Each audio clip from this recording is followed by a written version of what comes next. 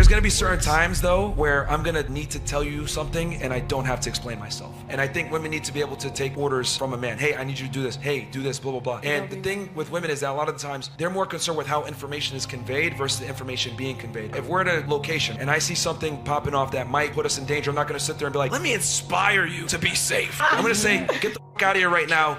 Going down, get out of here. But that's important because times of danger, whatever, you need to be able to communicate directly. I'm not gonna sit here and coddle your feelings and be like, hey, I think something's going on here. Let me inspire you to duck because I think they're gonna start shooting or whatever. Just get the fuck out of here. You leave. And I'm not gonna explain myself because that's a waste of time. So women need to be able to take direct and concise orders sometimes from their men. And you have to understand that that responsibility is on you to be the leader and lead her the correct way. Because if you don't, she's gonna lead the relationship, and we know what happens when women lead. It's to the end of the relationship. So it's on the guy. I think at the end of the day, the ultimate responsibility comes on the guy. So if you get finessed by a girl, it's your fault. If a girl treats you poorly, it's your fault. A woman's behavior is typically a mere reflection of that man's masculinity and frame. We learn women not to hate them, but to understand them. And ultimately, you want to be next to them because having kids and a family is important. I understand that the cornerstone of female admiration is respect. And I'm not willing to risk that to open up to her because I don't know what happens when you open up Pandora's box. We know women are emotional. We know women are erratic and women are controlled by their emotions. If she gets the feeling, which could be fleeting or not, that I'm not an adequate partner and me crying this temporary thing of weakness, that could f up the relationship long term. I can't tell you how many girls have come on the show. I love my guy, blah, blah, blah. I saw him cry in front of me. I don't know what happened. I could never look at him the same. I always say that the girl has to like the guy more, and it's acceptable for the woman to be head over heels over the man, but the man can't be the same way. And the reason why the woman needs to be infatuated with you and deep in love is because you need to overcorrect for the current sexual marketplace disparity. What do I mean by this? I mean, women have far more options than men do.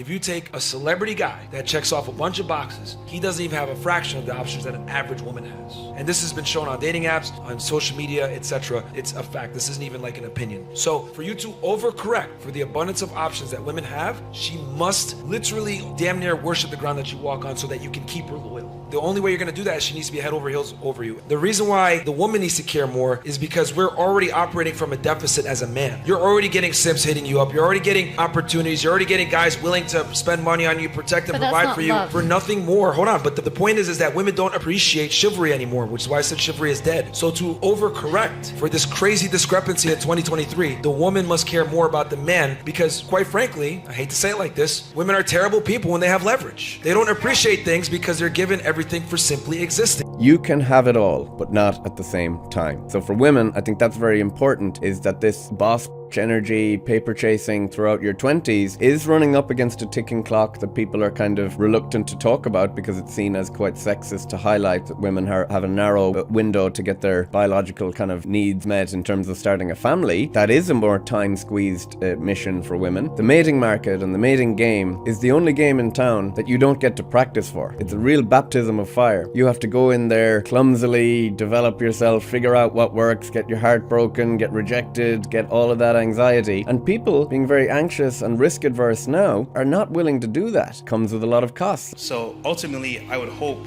from them hearing us speak and us giving knowledge that each person knows their role in their relationship, whether it's feminine or masculine, but they're doing their role. And ultimately, when this is said and done, they understand what their partner likes, what they don't like, and they understand it's better to have a family than be by yourself. The biggest pandemic in the world, that many of you will not double your business this year because you are not capable of people leaving negative comments on your social media account. The craziest thing when it comes to business is that people in this room will not go and figure out how to make content, not because you don't know who to hire, not because you don't know where to post, not because you don't know what to post. The camera that is on your phone right now is a better camera than Hollywood was using 20 years ago. The camera's not your problem.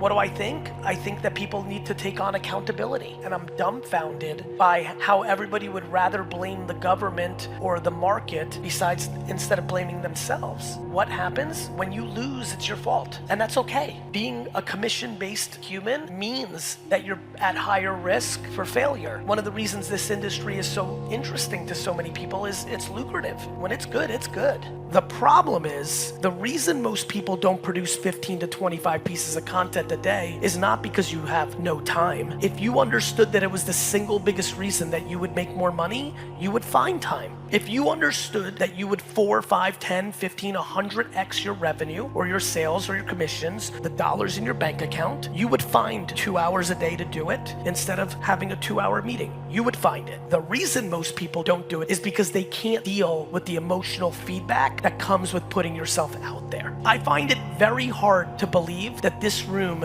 in Q1 of 2023 does not understand that social media output is a driver of business. Everyone's ambition here, business-wise, is completely dictated by what's going on inside of them emotionally. There's no chance you're gonna work hard enough, produce good enough content, or anything else that's required to achieve what you want unless you're in a good place. And the reality is it's not sustainable unless you've got solid foundation. It's no different than building a home. Acknowledging the little stuff is incredibly powerful. Yeah. Because the person has to push through so much of their own stuff that if you go, oh, and you should do it this way, or oh, have you tried that, or oh, it'd be great if you do this, you're not actually building momentum. You're pointing out what wasn't done. Actually, the most likely outcome for artificial intelligence is that it is good, that it will improve our lives, most likely. But there's some chance that it will not, and I think we just need to be cognizant of that and understand it's a powerful technology, it's a double-edged sword, and we need to put a lot of effort into ensuring that we have a good AI outcome and not a bad one. How do we find meaning and relevance? If you have an age of abundance where the computer can just ask for anything and get it, it is something that we'll have to struggle with. I think that's kind of most likely where we're headed, is an age of abundance, but it will definitely cause some existential angst. What about everyone's jobs?